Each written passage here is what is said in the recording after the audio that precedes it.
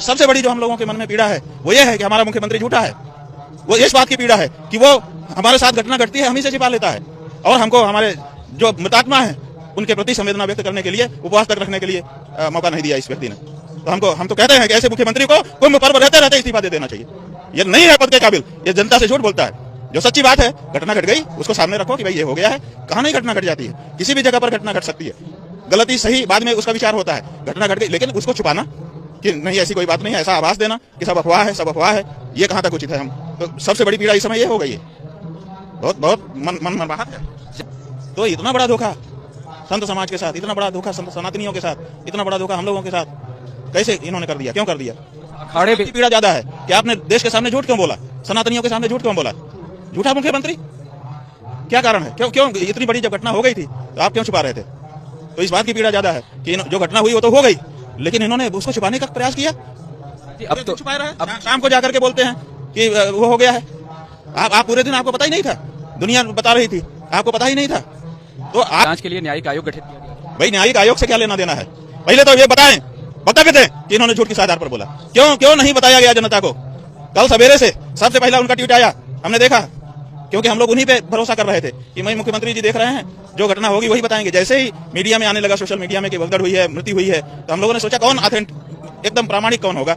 हमने प्रामाणिक मुख्यमंत्री को समझा। उनका ट्विटर देखते रहे, जो एक्स आजकल हो गया है, उस एक्स को देखते रहे कि उस पर व्यक्ति स्वयं बोलता है तो स्वाभाविक है वो तो सही बोलेंगे। उन्होंने पहले मौनी अमावस्या की बधाई दी, 3 पैराग्राफ लिख करके, 3 बड़े पैराग्राफ लिखे उन्होंने और बधाई दी। इससे लगा कि भाई ये तो अच्छे से बधाई दे रहे हैं, कोई दिक्कत नहीं है, इनको तो हर जानकारी हो गई। उसके कुछ देर बाद फिर उनका आया और उसमें भी 2-3 पैराग्राफ लिखे और अंत में लिखा एक लाइन में, अफवाहों पर ध्यान न दे। तो लगा कि भाई कुछ अफवाहें हैं, उनका खंडन कर रहे हैं, घटना नहीं घटी है। और फिर 10 बजे तो उनका वक्तव्य ही आ गया, 10:30 बजे। तो अब ये सवाल है कि ये क्यों जो घटना घट गई थी उसको छुपा क्यों रहे थे? अधिकारियों की लापरवाही है, कहीं ना कहीं लापरवाही नहीं है। जो कुछ हुई होगा वो तो जांच से पता चलेगा कि किसकी लापरवाही है, किसकी गलती है, या कोई षड्यंत्र है, क्या है, ये सब जांच से पता चलेगा। अभी जो बात है वो ये है कि मुख्यमंत्री जो घटना घट गई थी उसके बारे में छुपा क्यों रहे थे? अगर मृत्यु हुई थी तो फिर इन्होंने क्यों ये आभास कराया कि अफवाह है, कुछ भी मृत्यु नहीं हुई है? ये सबसे बड़ा सवाल है। पूरा दिन छिपाए रहे। अखाड़ों को स्नान करने के लिए कहा, अखाड़े भी पहले तो उन्होंने मरमाहत होकर के निरस्त कर दिया था कि भाई हम उस राजसी रूप में जैसे हम जाकर के स्नान करते हैं हम नहीं करेंगे। उनके मन की संवेदना प्रकट हो रही थी ना उन मृतात्माओं के लिए, आपने उस पर ब्रेक लगा दिया। आपने कहा कि नहीं ऐसी अफवाह है, तो सब लोग स्नान करने गए, हम लोग स्वयं स्नान करने के लिए गए और उसके बाद भोजन किया। वो जो कल का भोजन है वो हमको सदा के लिए पीड़ा देगा और वो ड्यूटी मुख्यमंत्री आदित्यनाथ। जो धर्माचार्य हैं आप जैसे लोग, वो कल शाम तक श्रद्धांजलि भी नहीं दे सके, मृतात्माओं के प्रति संवेदना भी नहीं जता सके। जो हमारा तरीका है, धार्मिक तरीका है कि हमारे परिवार में सूतक लग जाता है, हमारा भोजन अपवित्र हो जाता है, हम नहीं करते हैं उस दिन, तो क्या हम अपने उन मृतात्माओं के लिए एक दिन उपवास नहीं रख सकते थे? इनके कारण भरोसा कर लिया कि अफवाह है। हम लोग हर जगह जाके तो देख नहीं पा रहे हैं और सब जगह जाने भी नहीं दिया जा रहा था।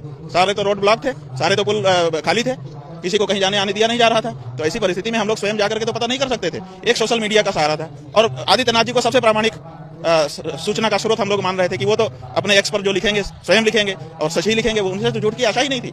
लेकिन जब उन्होंने पूरे दिन मृत्यु को छुपा करके रखा और बाद में पता चला कि नहीं ये तो रात को ही घटनाएं घट गई थी, बाद में पत्रकारों ने बताया कि हमारा नाम मत बताइएगा, 58 शव यहाँ रखे हैं, मोर्चरी में इतने का पोस्टमार्टम हो चुका है, इतने का हो रहा है। ये सब जब सूचना व्यक्तिगत रूप से आने लगी शाम को, जब ये हुआ तब हम लोगों को कितना कष्ट हो रहा है।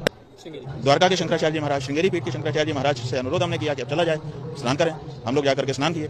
अब आप बताइए कि मुख्यमंत्री ने धोखा किया कि नहीं हमारे साथ? फिर उन्होंने अखाड़े कुल वालों से बात किया कि सब ठीक है, उन्हीं के वक्तव्य का प्रभाव रहा कि उस पहले अखाड़ों ने रद्द कर दिया था कि हम स्नान नहीं करेंगे, बाद में अखाड़े सारे संत महंत सब स्नान किए। आपने हमको धोखा में रखा कि कोई मृत्यु नहीं हुई है।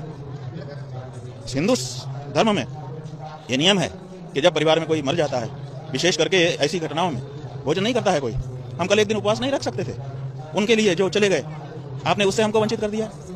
हमको आपने ऐसा आभास करा दिया कि अफवाह चल रही है, कोई कैजुअलिटी नहीं हुई है, कोई मृत नहीं हुआ है। तो इतना